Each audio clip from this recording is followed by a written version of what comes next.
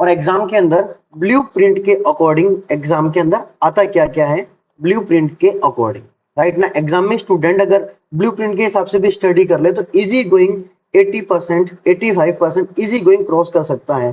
तो अगर आप लोग अभी भी पढ़े स्टार्ट करो तो भी आप लोगों का कुछ भी नहीं बिगड़ा है, तो बिना टाइम खराब करते हुए आते डायरेक्ट हम लोग क्लास के ऊपर। तो अपने पास आज की क्लास का जो पहला क्वेश्चन है वो अपने पास में है।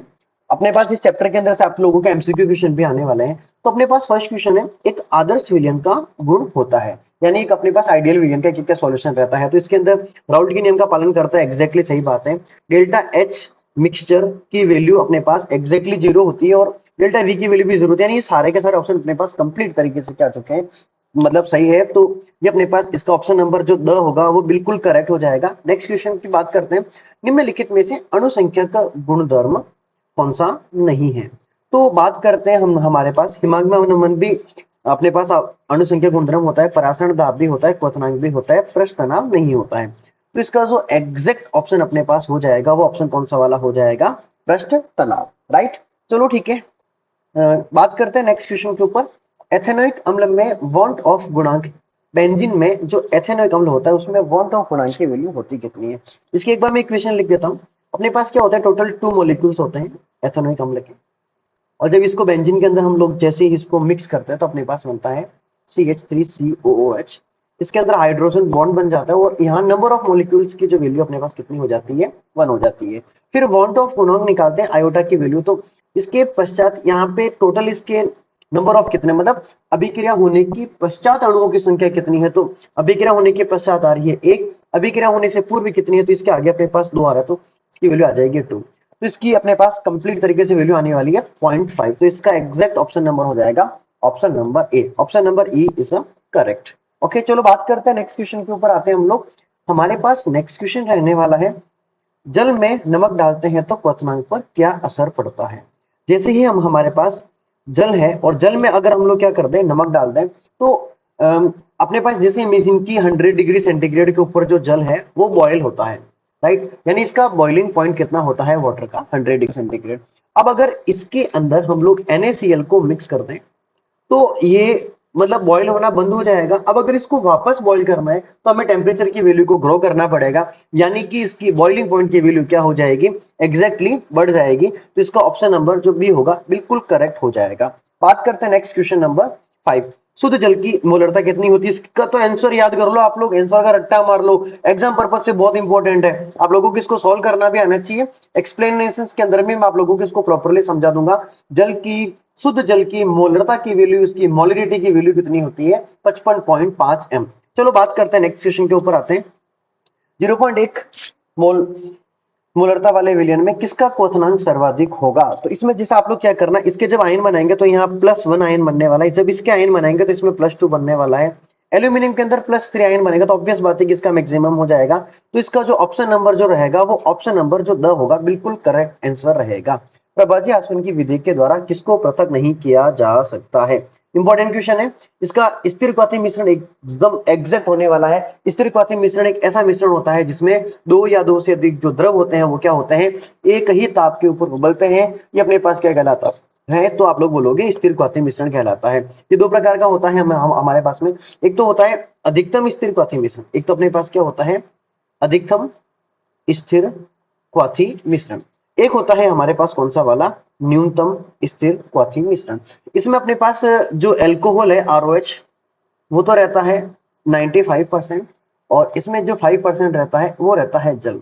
न्यूनतम स्थिर क्वाथी मिश्रण का जो एग्जांपल है उसके अंदर जो अपने पास HNO3 आएगा, नाइट्रिक एसिड, ये आ जाएगा 68% और जो जल आएगा H2O वो आ जाएगा 32%। तो ये अपने पास हो गया न्यूनतम स्थिर क्वाथी मिश्रण, ये अपने पास हो गया अधिकतम स्थिर क्वाथी मिश्रण।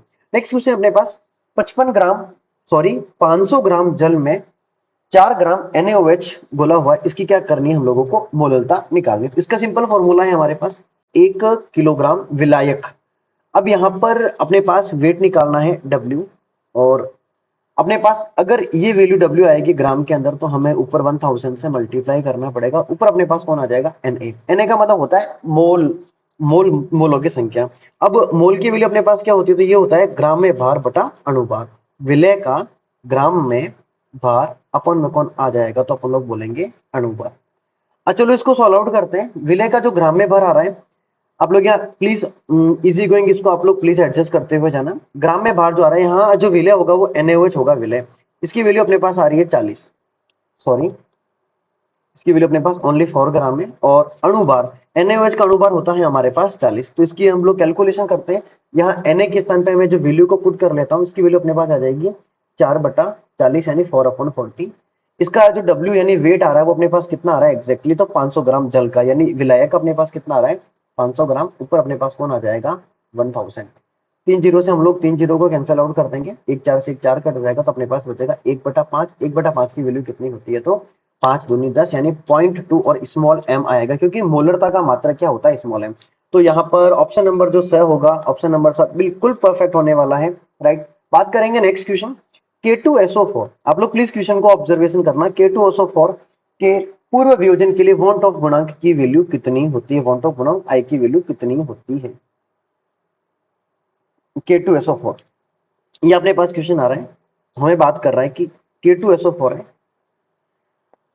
इसका विघटन कराएंगे तो इसका विघटन होने पर बनने वाला है 2K प्लस SO4 2-। चलो बात करते हैं, इसके आगे कुछ भी नहीं है, इसका मतलब यहां पर अपने पास एक अणु आ रहा है, यहाँ अणुओं की संख्या आ रही है 2 अपने पास, और यहाँ इसके आगे कुछ भी नहीं, मतलब अणुओं की संख्या कितनी आ रही है 1।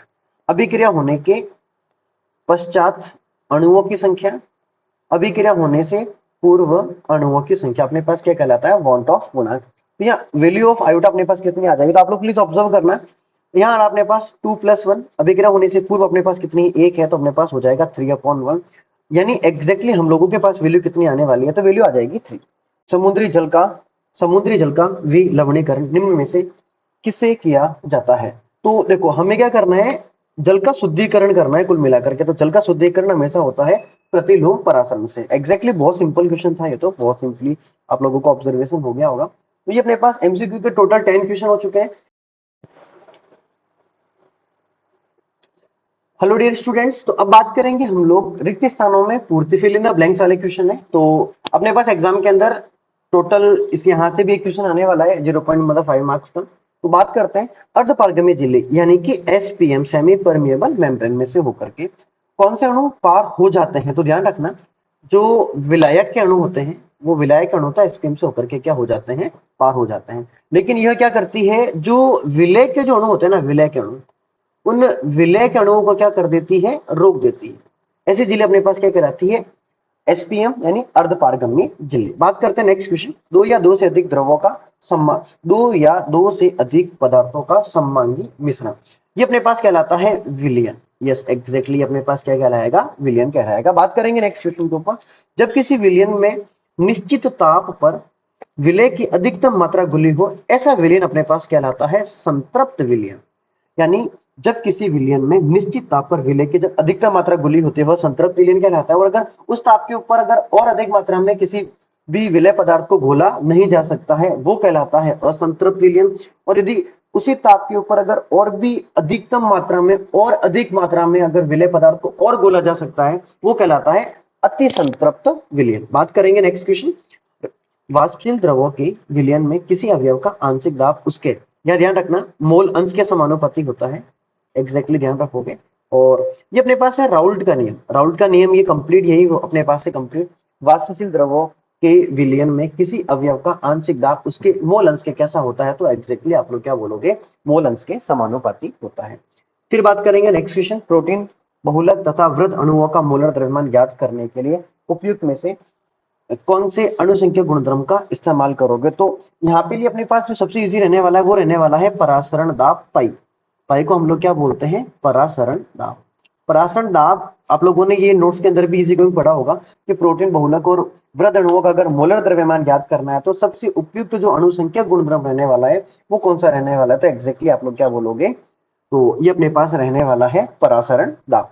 नेक्स्ट क्वेश्चन नंबर 6 अपने पास 5% NaCl के 200 ml विलयन बनाने के लिए कितने ग्राम NaCl की आवश्यकता रहेगी। इसका फॉर्मूला क्या रहने वाला है, एक बार तो मैं फॉर्मूले के ऊपर थोड़ा सा ऑब्जर्वेशन कर लेता हूँ ताकि आप लोगों को ये चीजें थोड़ी इजी गोइंग समझ में आ जाए। चलो ठीक है, अपने पास सबसे पहले फॉर्मूला रहेगा इसका, आप लोग प्लीज यहाँ इजी गोइंग समझना। थोड़ा सा मैं स्क्रीन को जूम कर देता हूँ ताकि आप लोगों को समझना थोड़ा आसान रहे। W upon V percentage. ऊपर आएगा विलय का द्रव्यमान, और यहाँ इस क्वेश्चन के अंदर जो विलय है अपने पास, ये है अपने पास है NaCl। तो हम लोग ऊपर क्या लिखेंगे, NaCl का द्रव्यमान, NaCl का द्रव्यमान अपॉन, नीचे आएगा विलयन का द्रव्यमान, विलयन का सॉरी अपॉन V है, मतलब विलयन का आयतन आएगा, वॉल्यूम, वो भी आएगा अपने पास किसमें, ml में, इनटू में अपने पास आएगा 100%। अब अपने पास यहाँ W/V जो परसेंटेज की वैल्यू दे रखी है अपने पास, ये दे रखी है 5%। वैल्यू पुट करके आंसर निकालने के ऊपर आते हैं हम लोग। NaCl का द्रव्यमान हमें नहीं पता, हमें इसको फाइंड आउट करना, मैंने इसको x मान लिया है। और विलयन का आयतन, यहाँ देख लो आप लोग, आयतन की वैल्यू अपने पास आ रही है 200 ml, तो हम लोग यहाँ पे क्या कर देंगे, 200 ml को लिखते जाएगा, इंटू में कौन आ जाएगा, 100%। 2 जीरो से यहाँ 2 जीरो कैंसिल हो जाएंगे, परसेंटेज से परसेंटेज कैंसिल हो जाएगा, और जब 5 को 2 से मल्टीप्लाई करेंगे तो x की वैल्यू आ जाएगी अपने पास में 10 ग्राम। तो इस क्वेश्चन का जो राइट आंसर अपने पास रहने वाला है वो क्या रहने वाला है, 10 ग्राम। राइट, तो बात करते हैं 5% W/V NaCl के 200 ml विलयन बनाने के लिए कितने ग्राम की आवश्यकता होती है, तो आप लोग क्या बोलोगे, इसके अंदर हमें 10 ग्राम की आवश्यकता होती है। फिर अपने पास नेक्स्ट क्वेश्चन नंबर 7 है। जो लोग बहुत अधिक नमक या नमकीन भोजन लेते हैं वह उत्तक कोशिकाओं एवं अंतराकोशिक स्थानों में जल धारण महसूस करते हैं, जिसके कारण होने वाली सूजन को, होने वाली जो सूजन है इसको कहा जाएगा सौफ। याद करोगे इस सूजन को क्या कहा जाता है, तो आप लोग क्या बोलोगे, सौफ। नेक्स्ट क्वेश्चन नंबर 8, विलयन में उपस्थित सभी अवयवों के मोल अंशों का योग, विलयन में उपस्थित सभी अवयवों के मोल अंशों का योग सदैव अपने पास एक रहता है। मैंने नोट्स के अंदर प्रॉपरली समझा रखा है, अगर कहीं दो अवयव है A और B, तो XA प्लस XB दोनों का योग कितना रहेगा, 1। और अगर 3 एलिमेंट्स आ जाए तो अपने पास XA plus XB plus XC, तीनों की वैल्यू भी कितनी रहेगी, 1 रहेगी। जल में शर्करा डालने पर हिमांक, तो जैसे ही जल में आप लोग शक्कर डालोगे तो उसका जो बॉइलिंग पॉइंट है वो क्या करता है अपने पास में बढ़ जाता है। अगर बॉइलिंग पॉइंट बढ़ेगा तो इसका जो फ्रीजिंग पॉइंट वो क्या हो जाएगा, घट जाएगा। तो आप लोग क्या बोलोगे, हिमांक कम हो जाता है। एग्जैक्टली क्या बोलोगे, हिमांक की वैल्यू में क्या आ जाती है, कमी आ जाती है। तो हिमांक का मान ऑब्वियस बात है कैसा हो जाएगा, तो आप लोगों को बोलना है कम हो जाएगा। नेक्स्ट क्वेश्चन की बात करेंगे, अपने पास सबसे लास्ट क्वेश्चन है। ताप बढ़ाने पर ऑक्सीजन की विलेयता में, ताप बढ़ाने पर ऑक्सीजन, ऑक्सीजन गैस है, ऑक्सीजन की जल में विलेयता, तो जैसे जैसे ताप की वैल्यू मतलब बढ़ाएंगे तो ऑक्सीजन की जल में विलेयता के मान में कमी आएगी। राइट, इसका राइट आंसर हो जाएगा कि जल के मान में क्या आने वाली है, कमी आने वाली है। फिर बात करेंगे हम लोग, इसमें 1 नंबर का क्वेश्चन आने वाला है आप लोगों के पास, मैं आप लोगों को इसमें क्वेश्चन का आंसर सही समझाने वाला हूँ। सर्दियों में कार के रेडिएटर में एथिलीन ग्लाइकोल डालने की सलाह क्यों दी जाती है, क्योंकि एथिलीन जो ग्लाइकोल मिलाने से उसका हिमांक घट जाता है। अब जैसे आप लोगों ने एथिलीन ग्लाइकोल मिक्स कर दिया तो ताप घटने से टेम्परेचर लो हो जाएगा और रेडिएटर का जो जल है वो जमेगा नहीं। बात करते हैं नेक्स्ट क्वेश्चन, कार्बन डाइसल्फाइड व एसीटोन का मिश्रण राउल्ट के नियम से धनात्मक विचलन क्यों दर्शाता है, तो इसके पीछे का रीजन समझे। एक तो अपने पास है CH2 कार्बन डाइसल्फाइड, एक है एसीटोन, दोनों को जैसे हम लोग मिलाएंगे तो विलायक के अणुओं के मध्य द्विध्रुव अन्योनी क्रिया होती है। क्या होती है, द्विध्रुवीय अन्योनी क्रिया। विलय विलय और विलायक विलायक अणुओं के मध्य अन्योनी क्रिया से कमजोर हो जाती है। और यहाँ पर अपने पास में जैसे विलय विलय के बीच में अन्योनी क्रिया, विलायक विलायक के अणुओं के बीच में जो अन्योनी क्रिया होती है, अगर वो दोनों इनसे कमजोर हो जाए तो वो विलयन अपने पास हमेशा क्या कहलाता है, धनात्मक विचलन प्रदर्शित करने वाला। बात करते हैं नेक्स्ट क्वेश्चन नंबर 3, जब जल में 1 चम्मच शक्कर डाल दे तो वाष्प दाब के मान में क्या प्रभाव पड़ेगा। तो आप लोग समझना, जैसे हम लोग क्या कर रहे हैं, जैसे हम लोगों के पास ये पात्र है, इस पात्र के अंदर हम लोगों ने क्या कर दिया, पानी डाल दिया, ठीक है, और हम लोग क्या कर रहे हैं, पानी को उबाल रहे हैं। तो पानी जैसे ही उबलेगा तो इसका बॉइलिंग पॉइंट, जैसे इमेजिन कि जो अपने पास है वो 100 डिग्री सेंटीग्रेड के ऊपर क्या कर रहा है, उबल रहा है। जैसे हम लोगों ने ऊपर से क्या कर दी, इसमें चीनी मिक्स कर दी। अब जैसे ही इसके अंदर चीनी मिक्स करेंगे तो ऑब्वियस बात है कि इसकी ये जैसे ही मतलब बॉईल हो रहा था वो बंद हो जाएगा। अब इसके टेम्परेचर को हम लोगों को 100 डिग्री सेंटीग्रेड से क्या करना पड़ेगा, बढ़ाना पड़ेगा। तो जैसे ही इसको मतलब बढ़ाएंगे तो यानी अपने पास क्या होने वाला है कि ये पहले इसकी वाष्प बन रही थी, वाष्प बनना क्या हो जाएगी, कम हो जाएगी। और वाष्प बनना अगर कम हो जाएगी तो वाष्प दाब का मान क्या हो जाएगा, ऑब्वियस बात है घट जाएगा। वाष्प दाब के मान में क्या आने वाली है, कमी आने वाली है। नेक्स्ट क्वेश्चन नंबर 4, विलयन की मोलरता ताप के साथ परिवर्तित क्यों नहीं होती है। अब समझना, अपने पास ये जैसे आ रहा है मोललता, मोललता में क्या होता है कि अपने पास एक तो रहता है विलय, एक रहता है विलायक। दोनों के दोनों द्रव्यमान पर डिपेंड करता है। आप लोगों ने इसका फॉर्मूला भी पढ़ा होगा। ऊपर आता है हमारे पास विलय का ग्राम में द्रव्यमान, या फिर विलय का ग्राम में भार, और अपॉन में आता है अणुभार, और अपने पास आता है विलायक का द्रव्यमान, विलायक का द्रव्यमान इनटू 1000, अगर इसको आप लोगों ने ग्राम में रिप्रेजेंट कर रखा है तो। अब यहां पर विलय का भार भी अपने पास क्या द्रव्यमान है, विलायक का द्रव्यमान भी अपने पास द्रव्यमान है। अब विलय विलायक दोनों की मात्रा उसके वेट पे डिपेंड कर रही है, और द्रव्यमान का माप ताप के ऊपर, जो अपने पास वेट होता है कभी भी टेम्परेचर के ऊपर डिपेंड नहीं करता है। तो जो अपने पास यहाँ पर मोललता है, ये मोललता भी क्या करेगी, टेम्परेचर के ऊपर डिपेंड नहीं करेगी। नेक्स्ट क्वेश्चन के ऊपर आएंगे हम लोग। अपने पास क्वेश्चन है, निम्न को, जैसे अपने पास 0.1 m, 0.1, 0.1, ये वैल्यू सब में सेम दे रखी है, इसको ऑब्जर्वेशन करना। फिर कह रहा है कि क्वथनांक के बढ़ते हुए क्रम में आप लोगों को इसको रिप्रेजेंट करना है, क्वथनांक के बढ़ते हुए क्रम में इनको लिखना है। तो चलो स्टार्ट करते हैं इनको क्वथनांक के बढ़ते हुए क्रम में लिखना। अब जैसे बात करते हैं ग्लूकोज, तो ग्लूकोज से कभी भी कोई भी आयन नहीं बनता है, तो इसका अपने पास आयन नहीं बनेगा, तो ये अपने पास क्या हो जाएगा, 0। इसमें अपने पास Al और ये Cl3 है, तो यहाँ इसके टोटल अपने पास, जैसे इसके अगर अपन लोग आयन बनाए तो अपने पास क्या क्या आयन बनने वाले हैं, आप लोग ऑब्जर्वेशन करना प्लीज। हाँ तो स्टूडेंट्स, यहाँ पर जो AlCl3 को अगर अपन लोग 2 पार्ट्स में डिवाइड करेंगे तो अपने पास क्या क्या बनने वाला है, तो एग्जैक्टली अपने पास सबसे पहले क्या बनेगा, Al+3, और सेकंड अपने पास क्या बनेगा, प्लस में 3Cl-, यानी इसके अंदर अपने पास में जो दो चीजें बन रही है ना, यहाँ पे नंबर ऑफ जो मॉलिक्यूल आ रहे हैं नंबर 1, और यहाँ पे कितना आ रहा है, नंबर 3, मतलब टोटल अपने पास कितने आ रहे हैं, 4। इसी प्रकार MgCl2 को जब 2 पार्ट्स के अंदर हम लोग डिवाइड करेंगे, एक आएगा Mg+2, एक अपने पास आएगा 2Cl-। यहाँ पर टोटल नंबर ऑफ अगर कार्बन की बात करें तो 1 और 2 अपने पास कितना आ जाएगा, 3। यानी जितने ज्यादा अपने पास में इसका हम लोग क्या करेंगे, इसको जब आयन के अंदर हम लोग इसको मतलब बांटेंगे, और जितने ज्यादा नंबर ऑफ मॉलिक्यूल्स बनेंगे उतने ही ज्यादा उसके बॉइलिंग पॉइंट की वैल्यू होने वाली है। NaCl को अगर अपन लोग करेंगे तो एक बनेगा Na+, एक अपने पास क्या बनेगा, Cl-, इसके ओनली 2 बनने वाले, तो सबसे मैक्सिमम किसके बन रहे हैं, 4, तो इसका हो जाएगा सबसे ज्यादा। तो आप लोग यहाँ फोकस कर लें, AlCl3 वाले का बॉइलिंग पॉइंट सबसे ज्यादा है, उसके बाद 2 वाले का, तो इसके बाद MgCl2 का, इसके बाद में अपने पास जैसे, सॉरी क्षमा चाहूंगा मैं आप लोगों से, सबसे पहले ये 4 वाला है तो ये AlCl3 हो गया, इसके बाद MgCl2 वाला 3 है तो इसके सेकंड नंबर पे आ गया, फिर इसके बाद इसके 2 मॉलिक्यूल्स बन रहे तो NaCl आ गया, इसके कुछ भी मॉलिक्यूल नहीं बनते हैं, C6H12O6, इसका अगर अपन लोग इसको आयन में अगर बांटते हैं तो कभी नहीं बढ़ता, क्योंकि ये सबसे छोटी इकाई होती है, इसको और अधिक भागों में बांटना पॉसिबल नहीं होता है। फिर बात करते हैं next question number 6। Question number 6 कह रहा है, कच्चे आम को सांद्र लवणीय विलयन में रखे जाने पर क्या होता है। तो आप लोग फोकस करना, कच्चे आम को जब सांद्र लवणीय जो सांद्र लवणीय विलयन में रखते हैं तो कच्चे आम में बहिःपरासरण के कारण जल बाहर निकलता है, जिससे वह क्या हो जाता है, सिकुड़ जाता है। अब जैसे अपने पास जैसे ये होता है कच्चा आम, आप लोग समझना प्लीज, ये अपने पास में कौन है, कच्चा आम है। एक बार मैं इसकी स्ट्रक्चर ड्रॉ कर लेता हूं आप लोगों के सामने। ये अपने पास क्या है, कच्चा आम है। इस कच्चे आम के अंदर हम लोगों ने क्या कर दिया, ये अपने पास जैसे कंप्लीट तरीके से कच्चा आम हो गया। आप लोग आराम से फोकस करना प्लीज। ये आप लोगों के सामने मैंने बना लिया है कच्चा आम, मस्त वाला। आप लोग इसको टेस्ट भी कर सकते हो, आराम से खाइए, कोई दिक्कत नहीं है, ठीक है। हाँ, अब आप लोग क्या फोकस करना, जब इस कच्चे आम को क्या करते हैं, इसको रख दिया जाता है सांद्र, एक इसको सांद्र लवणीय विलयन के अंदर, इसको मैंने क्या कर दिया, सांद्र लवणीय विलयन के अंदर रख दिया, राइट।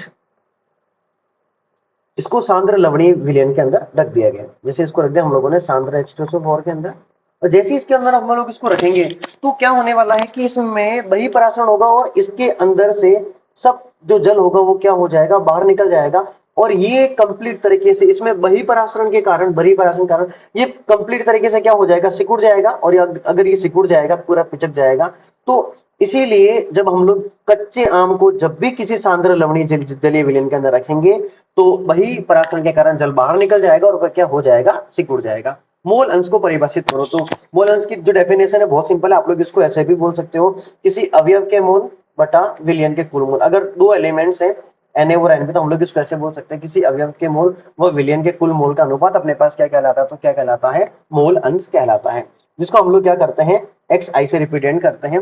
अगर XA का मोल अंश निकालोगे तो अपने पास क्या आ जाएगा, अपने पास XA का मोलन्स आ जाएगा Na अपॉन में कौन आ जाएगा Na प्लस Nb। और अगर एलिमेंट्स बी की बात करेंगे तो अपने पास XB की वैल्यू अपने पास क्या आ जाएगी Nb upon Na plus Nb, right ना। तो हम लोग क्या बोलेंगे किसी अवयव का मोल अंश व विलयन के कुल मोल का किसी अवयव के मोल व विलयन के कुल मोल का अनुपात ही क्या कहलाता है मोल अंश कहलाता है। बात करेंगे नेक्स्ट क्वेश्चन के ऊपर। तो चलो अपने पास नेक्स्ट क्वेश्चन है, नेक्स्ट क्वेश्चन नंबर 8। 5 ग्राम जल को 5 ग्राम NaOH को, अब यहां फोकस करना, NaOH अपने पास है विलय, कौन है विलय। दूसरी बात NaOH का अणुभार वो होता है अपने पास में 40, कितना होता है बच्चों 40। जल में घोलकर 250 ml विलयन बनाया जाता है, यानी अपने पास विलयन आयतन की वैल्यू अपने पास कितनी आ चुकी है 250 ml, राइट। अभी अपने पास कंप्लीट फॉर्मूला आ चुका है मोललता का, विलय का ग्राम में भार बटा विलय का अणुभार इंटू आयतन इंटू 100। अब यहाँ WB की वैल्यू अपने पास कितनी है विलय का ग्राम में भार, तो विलय का ग्राम में जो भार अपने पास आ रहा है WB वो अपने पास कितना आ रहा है 5 ग्राम। तो चलो मैं एक बार इसको कैलकुलेट कर ही लेता हूं, अपने पास इसकी वैल्यू आ रही है 5। अणुभार मैंने भी जस्ट बता दिया, मॉलिक्यूलर वेट कितना होता है MB, ये अपने पास MB की वैल्यू है 40, यानी NaOH का अणुभार होता है 40। इसके बाद बात करेंगे V यानी आयतन, तो ये अपने पास कितना आ जाएगा 250 इंटू में 1000। अपने पास में हम लोग क्या करेंगे 250 को डायरेक्ट 1000 से कैंसिल आउट करते हैं, तो जब 250 को 1000 से कैंसिल आउट करेंगे अपने पास कितना आ जाएगा 4 आ जाएगा एग्जैक्टली। 5 चौक 20, ऊपर अपने पास आ गया 20 अपॉन में कितना आ रहा है 40 आ रहा है, 1 0 से 1 0 कैंसिल, 4 से इसको हम लोग करेंगे तो अपने पास कितना आएगा 1/2 अपने पास आ जाएगा 0.5, और अपने पास मोलरता है तो कैपिटल M। तो इसका एग्जैक्ट आंसर अपने पास कितना आने वाला है, इसकी कैलकुलेशन बहुत लंबी हो रखी है, ठीक है, और इसके अंदर सारे वैल्यूज को मतलब पुट भी कर रखा है, जैसे WB की वैल्यू लिख रखी है, MB की वैल्यू लिख रखी है, V की वैल्यू, और कैंसल आउट करके अपने पास आंसर कितना आ गया 0.5। आप लोग इसको मोल पर लीटर भी कह सकते हो। आप लोगों से अगर कोई पूछ ले कि मोलरता का मात्रक क्या होता है, तो आप लोग इसको ये बोल सकते, इसका मात्रक होगा अपने पास में मोल पर लीटर, और आप इसका सिंबल जो होता है अपने पास, इसका सिंबल प्रतीक क्या रहता है कैपिटल M रहता है, राइट। तो चलो अपने पास इस क्वेश्चन का आंसर आ चुका है, और इस क्वेश्चन के ऊपर मैं ना पर्सनली आप लोगों को सजेस्ट करूंगा IMP लगा दीजिए और ऐसे न्यूमेरिकल क्वेश्चन सारे निकाल दीजिए, एग्जाम के अंदर डायरेक्टली पूछे जाते हैं। चलो बात करते हैं नेक्स्ट। पीतल, जर्मन सिल्वर और कांसा किस मिश्र धातुओं से बना होता है। तो भाई साहब मैं तो पीतल के अंदर तो आप लोगों को ये कहूंगा कि अगर पीतल याद करना है आप लोगों को तो ट्रिक याद कर दो पिताजी। आपको ट्रिक क्या याद करनी है पिताजी। पी का मतलब अपने पास क्या होता है पीतल, एग्जैक्टली पी का मतलब अपने पास क्या हो जाएगा पीतल हो जाएगा। तो जो पीतल होता है वो किस किससे मिलके बना होता है, तो ता का मतलब अपने पास होता है तांबा, और जी का मतलब अपने पास क्या होता है जिंक। तांबा को बोलते हैं Cu, जिंक को बोला जाता है Zn, यानी Cu प्लस Zn का मिश्रण क्या कहलाता है पीतल। और जो कांसा होता है उसमें कांसा में आता है Cu प्लस Sn। कौन कौन आता है अपने पास में, ये तो हो गया Cu, ये अपने पास कौन हो गया Sn। Cu प्लस Sn अपने पास कौन होता है कांसा, तो इसमें अपने पास कौन हो गया पीतल में Cu यानी कॉपर यानी तांबा, और जिंक का मतलब Zn। तो पिताजी जर्मन सिल्वर के अंदर क्या करना है, कॉपर जिंक दोनों सेम रहेंगे और एक निकल को अलग से एक्स्ट्रा ऐड करना है, वो अपने पास कौन हो जाएगा जर्मन सिल्वर।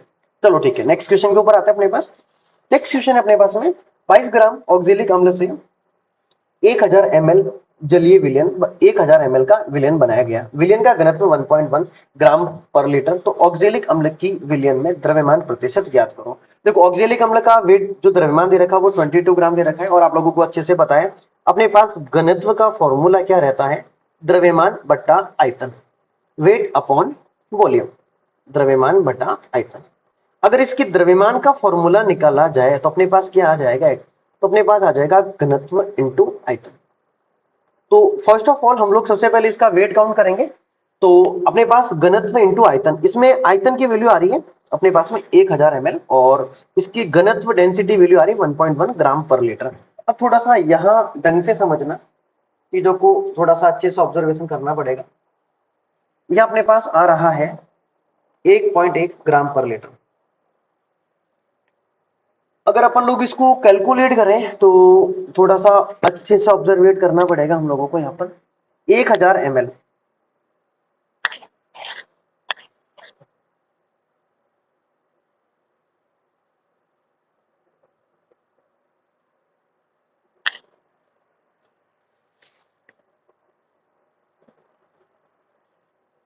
यहाँ आयतन की वैल्यू अपने पास 1000 आ गई और जो घनत्व डेंसिटी अपने पास 1.1, इन दोनों को मल्टीप्लाई करेंगे तो अपने पास कितना आ जाएगा, तो 1100 ग्राम आ जाएगा। फिर अपने पास आगे की कैलकुलेशन आप लोग चेकआउट करते हुए जाओगे, यहाँ से 2 जीरो कैंसिल हो जाएंगे, 11 दूनी 22 हो जाएगा, 2% डब्ल्यू अपॉन डब्ल्यू परसेंटेज आ जाएगा, राइट। चलो ठीक है, नेक्स्ट क्वेश्चन के ऊपर आते हैं हम लोग। व्यावसायिक ब्लीचिंग विलयन का संघटक बताइए। ब्लीचिंग विलयन मतलब ब्लीचिंग पाउडर, ब्लीचिंग विलयन का संघटक बताइए। सोडियम हाइपोक्लोराइड का जल में 3.62 द्रव्यमान प्रतिशत विलयन व्यावसायिक ब्लीचिंग विलयन कहलाता है। इसको आप लोग इजीली कर देना याद, राइट। फिर इसके बाद बात करते हैं विलयन की उपस्थिति में अति सूक्ष्म सांद्रता, अति सूक्ष्म सांद्रता के मापन के लिए किसका यूज किया जाता है, पीपीएम का। इसके लिए हम लोग फॉर्मूला भी यूज करते हैं पीपीएम में, पीपीएम पार्ट्स पर मिलियन, और यहां पर अपने पास इंटू में 10⁶ लिखा जाता है।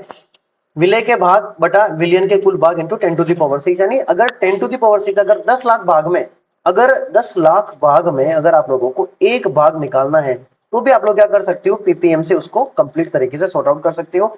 नॉर्मल तरीके से देखें तो पीपीएम का जो यूज किया जाता है वह अति सूक्ष्म सांद्रता के मापन में किया जाता है। इसका और यूज किया जाता है प्रदूषण के अंदर, मतलब पॉल्यूशन को अगर काउंट करना है तो वहां इसका यूज किया जाता है। जलीय जीवों के लिए गर्म जल की तुलना में ठंडे जल में रहना अधिक आरामदायक होता है, क्यों। अब देखो यहाँ इस क्वेश्चन को थोड़ा सा ऑब्जर्वेशन करना, गर्म जल की अपेक्षा ठंडे जल में ऑक्सीजन की जल में विलेयता क्या होती है, अधिक होती है। गर्म जल में अपन लोग अगर विलेयता की बात करेंगे तो गर्म जल के अंदर ऑक्सीजन की जल में विलेयता बहुत कम रहेगी, लेकिन ठंडे जल में ऑक्सीजन क्या रहता है, अधिक विलय होता है। और अगर अधिक विलय होगा तो अपने पास ऑक्सीजन, सबको पता है जीवनदायिनी गैस होती है, और ऑक्सीजन की विलेयता अगर अच्छी रहेगी तो उनका जीवन आसान रहेगा, आरामदायक रहेगा। गर्म जल के अंदर क्या रहता है, विलेयता कम रहती है, क्योंकि टेम्परेचर ज्यादा होने की वजह से अपने पास में जैसे एक तो लिक्विड है और एक अपने पास सॉलिड है, दोनों के बीच के बॉन्ड ब्रेक होने की संभावना बहुत ज्यादा रहती है, मिक्स होने की संभावना बहुत कम रहती है। तो ठंडे जल में ऑक्सीजन की जल में विलेयता अधिक होती है। जैसे जैसे ताप का मान बढ़ाते हैं तो ताप वृद्धि के साथ में क्या होता है कि अपने पास में विलेयता के मान में लगातार कमी आती है। तो ताप बढ़ाएंगे, विलेयता में कमी होगी तो उनका जीवन आसान नहीं होगा। इसीलिए ठंडे जल में ऑक्सीजन की जल में विलेयता अधिक होती है, इसीलिए अपने पास जो भी जलीय जीव होते हैं वह मतलब अपने पास में गर्म जल की अपेक्षा ठंडे जल में रहना उचित रहता है। हेलो डियर स्टूडेंट्स, ये अपने पास एक आ रहा है केबी और एक अपने पास आ रहा है केएफ। केबी होता है मोलर अवनमन स्थिरांक और केएफ होता है मोलर अवनमन स्थिरांक। दोनों के दोनों जो कांस्टेंट होते हैं इनका मात्रक सेम रहता है, केल्विन, किलोग्राम, मोल, इनवर्स। बात करते हैं नेक्स्ट असामान्य मोलर द्रव्यमान। इसमें तो इसकी जो डेफिनेशन है बहुत सिंपल है, और ये मतलब डेफिनेशन इसमें मेनली अपने पास एक तो आता है संगुणन, एक अपने पास कौन आता है, वियोजन आता है। तो अगर अपन लोग संगुणन कराएंगे तो अपने पास इसमें अवयवी कणों की संख्या, जो भी अपने पास मॉलिक्यूल्स होंगे, अणु होंगे, आपस में जुड़ेंगे, जिससे आपस में जुड़ने से इसके अणुओं की संख्या में कमी आएगी। वियोजन से अणुओं की संख्या में क्या होती है, वृद्धि होती है। संगुणन से अणुओं की संख्या में कमी होती है और वियोजन से अणुओं की संख्या में वृद्धि होती है, जिससे जो अपने पास अणु होते हैं वो अपने सामान्य जो अपने पास द्रव्यमान होता है उससे क्या करते हैं, भिन्न व्यवहार प्रदर्शित करते हैं। फलस्वरूप मोलर द्रव्यमान अनुमानित मान की तुलना में अधिक या कम प्राप्त होता है। अगर संगुणन होगा तो मोलर द्रव्यमान का मान अधिक हो जाता है, वियोजन होता है तो उसका मान कम हो जाता है, यानी वह सामान्य से भिन्न व्यवहार प्रदर्शित करते हैं। इसी को क्या कहा जाता है, असामान्य मोलर द्रव्यमान। बात करेंगे नेक्स्ट क्वथनांक उन्नयन स्थिरांक किसे किसे कहते हैं, ये अपने पास क्या होता है। तो अपने पास क्वथनांक उन्नयन स्थिरांक बात करेंगे तो अपने पास क्वथनांक में जो उन्नयन होता है वह क्या होता है, मोललता के समानुपाती होता है, और जब यह स्थिरांक हटता है तो इसके स्थान पे स्थिरांक आ जाता है, ठीक है। और ये इसी को हम लोग क्या कहते हैं, मोलर अवनमन स्थिरांक। अब अगर इस केबी की डेफिनेशन निकाले तो हम लोग कैसे निकालेंगे, अपने पास डेल्टा टीबी सेम तरीके से रहेगा और अपने पास यहाँ आ जाएगा एम। अब यहाँ एम का मतलब कौन है, मोललता। अब मोललता का मान भी हमें एक करना है, तो एक करने के लिए हम लोग क्या करेंगे, विलय है, विलय पदार्थ, ठीक है ना। विलय पदार्थ हम लोग जो उसका कितना मोल लेंगे तो विलय पदार्थ का भी 1 मोल लेंगे, और अपॉन में इसका द्रव्यमान कितना ले लिया जाएगा, तो 1 किलोग्राम या फिर 1000 ग्राम बोल दो, एक ही बात है, कोई दिक्कत नहीं है। तो अगर विलय पदार्थ का 1 मोल विलायक पदार्थ का 1000 मतलब द्रव्यमान में घोला जाए तो उस कंडीशन में जो अपने पास उसके क्वथनांक में जो उन्नयन होता है, तो क्वथनांक में उन्नयन ही अपने पास क्या कहलाता है, क्वथनांक उन्नयन स्थिरांक कहलाता है। बात करते हैं नेक्स्ट मोलर अवनमन स्थिरांक। तो अपने पास जो मोलर यहाँ पे अपन बात करें तापांतर, अगर यहाँ पे हिमांक में अगर अपन लोग बात करें कि जैसे अपने पास हिमांक के अंदर अंतर कितना आता है, तो जो हिमांक में जो अंतर पाया जाता है वो क्या रहता है, मोलर के समानुपाती होता है। और जब ये यहाँ से हटेगा तो अपने पास कौन आ जाएगा, KF आ जाएगा, जो कि मोलर अवनमन स्थिरांक है। इसकी परिभाषा भी सेम रहेगी, अगर विलय पदार्थ जो है अगर वो अपने पास कितना हो, 1 मोल, उसका द्रव्यमान कितना हो, 1000 ग्राम हो, उसमें अगर घोला जाए तो उस स्थिति में उसमें हिमांक में जो अवनमन होता है वो हिमांक में अवनमन ही क्या कहलाता है, मोलल अवनमन स्थिरांक कहलाता है। बहुत सिंपल डेफिनेशन है, आराम से इसी को समझ में आ गई होगी आप लोगों को। जब 1 मोल विलय को 1000 ग्राम विलायक में घोलते हैं तो उस विलयन का हिमांक में अवनमन यानी डेल्टा TF जो होता है वो डेल्टा TF ही अपने पास किसके बराबर हो जाता है, KF के इक्वल हो जाता है। क्योंकि यहाँ अपने पास जो M था, M की वैल्यू अपने पास कितनी हो गई थी, 1, राइट। क्योंकि हम लोगों ने ऊपर कितना लिख दिया था, 1 मोल अपॉन में हम लोगों ने क्या लिख दिया था, 1000 ग्राम। तो इसकी वैल्यू पूरी क्योंकि यहाँ 1000 से मल्टीप्लाई भी करना पड़ेगा, तो ओवरऑल अपने पास अगर बात करें तो इसकी कैलकुलेशन वैल्यू कुछ इस प्रकार से आ जाएगी, 1 मोल अपॉन में आएगा 1000 ग्राम, इंटू में अपने पास कौन आ जाएगा, 1000। तो यहाँ मोललता की वैल्यू अपने पास कितनी आ चुकी है, तो एग्जैक्टली बात करेंगे कितनी आ चुकी है, 1 आ चुकी है। तो अगर m का मान 1 है, यानी कि m का मान 1 कैसे होगा, तो क्या बोलेंगे, यहाँ आता है विलय के मोलों की संख्या। तो 1 मोल द्रव्यमान कितना हो जाए, 1000 ग्राम। उस स्थिति में अपने पास में m की वैल्यू 1 हो जाएगी। तो उस स्थिति में जो हिमांक में अवनमन होगा वही अपने पास क्या कहलाएगा, मोलल अवनमन स्थिरांक। वाष्प दाब में अवनमन किसे कहते हैं, वाष्प दाब अवनमन, जब किसी शुद्ध विलायक में कोई अवाष्पशील विलय पदार्थ घोला जाता है, वाष्प दाब के मान में कमी होती है, इसी को क्या कहा जाता है, वाष्प दाब में अवनमन। परासरण बहुत सिंपल है, मतलब वह प्रक्रिया जिसमें शुद्ध विलायक के कण SPM से होकर के निम्न सांद्रता से क्या करते हैं, उच्च सांद्रता की तरफ जाते हैं। आप लोग इसका डायग्राम एक बार मैं इसका डायग्राम बना रहा हूं, आप लोग प्लीज इसके डायग्राम को आप लोग इजी गोइंग पहले अप्रोच करोगे। ये मैंने पात्र बना दिया पूरा का पूरा। इस पात्र में 2 पार्ट है, एक पे तो सांद्रता कम है, एक में सांद्रता क्या है, अधिक है। अपने पास हम लोग इस चित्र को ऑब्जर्वेट कर देते हैं, अपने पास इस तरफ तो है अपने पास कम सांद्रता, इस तरफ अपने पास कौन है, अधिक सांद्रता। तो अगर अपने पास विलायक के अणु, शुद्ध विलायक के अणु अगर निम्न सांद्रता से क्या करते हैं, उच्च सांद्रता की तरफ गमन करते हैं, और वो भी किस में से होकर के, SPM में से होकर के। ये अपने पास कौन है, SPM। तो यदि SPM से होकर के शुद्ध विलायक के अणु कम सांद्रता से अधिक सांद्रता की ओर गमन करते हैं, इस घटना को क्या कहा जाता है, परासरण कहा जाता है। लास्ट क्वेश्चन है अपना, इस क्वेश्चन पे प्लीज फोकस करना।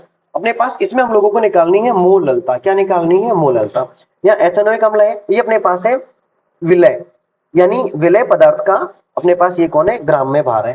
तो ये अपने पास आ गया WB। WB की वैल्यू अपने पास कितनी आ गई, 2.5 ग्राम। इसको हम लोग क्या करते हैं, एथेनोइक अम्ल के 75 ग्राम बेंजीन में विलयन की मोललता ज्ञात करनी है। यहाँ पर CH3COH आ रहा है विलायक, जो कि 75 ग्राम है। तो यहाँ WA की वैल्यू अपने पास आ चुकी है 75, विलय का मोलर द्रव्यमान, विलय का मोलर द्रव्यमान। अब अगर एथेनोइक अम्ल का अगर आप लोग मोलर द्रव्यमान निकालोगे तो ये अपने पास कितना आ जाएगा, 60। एसिटिक अम्ल CH3COOH का मोलर द्रव्यमान, मोलर द्रव्यमान आप लोग इसको ऐसे कर सकते हो फाइंड आउट, है ना। जैसे अपने पास कार्बन का 12 होता है, तो कार्बन अपने पास 2 बार आ रहा है, 12 12 कितना हो जाएगा, अपने पास 24 हो जाएगा। ऑक्सीजन का होता है 16, ये 2 बार आ रहा है, तो 16 16 अपने पास कितना हो गया, 32। और हाइड्रोजन जो आ रहा है अपने पास, वो कितनी बार आ रहा है, तो अपने पास 3 और एक अपने पास 4, टोटल 4 बार आ रहा है। तो अपने पास 24 प्लस 32 प्लस 4, अगर इन तीनों को ऐड करेंगे तो अपने पास कितना आ जाएगा, मोलर द्रव्यमान 60 आ जाएगा। ये अपने पास आ गया 60। अब हम लोगों ने फॉर्मूला लगा ही रखा है कि अपने पास विलय का ग्राम में भार बटा विलय का अणु भार इंटू विलायक का द्रव्यमान इंटू 1000, और ये आना चाहिए ग्राम के अंदर। हम लोगों ने वैल्यू पुट कर दिया। WB की जो वैल्यू आ रही है अपने पास वो आ रही है 2.5, इंटू में 1000 से मल्टीप्लाई करना है अपॉन में। WB की जो वैल्यू आ रही है अपने पास वो आ रही है 2.5, इंटू में अपने पास कितना आ गया, 60। 2.5 से 2.5 कंप्लीट कैंसल आउट हो रहा है, अपने पास 1000 बटा 60 बचने वाला है। सॉरी, इसको वापस कैलकुलेट करते हैं एक बार। ये हाँ, तो जब इसकी कैलकुलेशन के बनेगी अपने पास, जैसे WB की वैल्यू आ गई 2.5, MB की वैल्यू आ गई 60, 1000 है जैसा का जैसा, और इसकी वैल्यू 75 आ गई। इसको जब कैलकुलेट करेंगे तो अपने पास मोल प्रति किलोग्राम आ जाएगा, यानी मोललता स्मॉल m, राइट। इसको आराम से कैलकुलेट कर देना। तो ये थे हमारे चैप्टर नंबर, जो अपने पास कौन सा वाला है, चैप्टर नंबर जो फर्स्ट, उसके सारे इंपॉर्टेंट क्वेश्चंस। आप लोग इन सभी इंपॉर्टेंट क्वेश्चंस को आराम से ऑब्जर्वेट करना, बहुत सारे इंपॉर्टेंट क्वेश्चन है ये, और आप लोग इनको प्लीज आप लोग फॉलो करते हुए जाना। इसी प्रकार आप लोगों को सारे चैप्टर के वीडियोस मिलने वाले हैं। तो अगर आप लोगों को ये वीडियोस अच्छा लगा तो प्लीज अपने दोस्तों तो अधिक से अधिक शेयर करें। Thank you so much.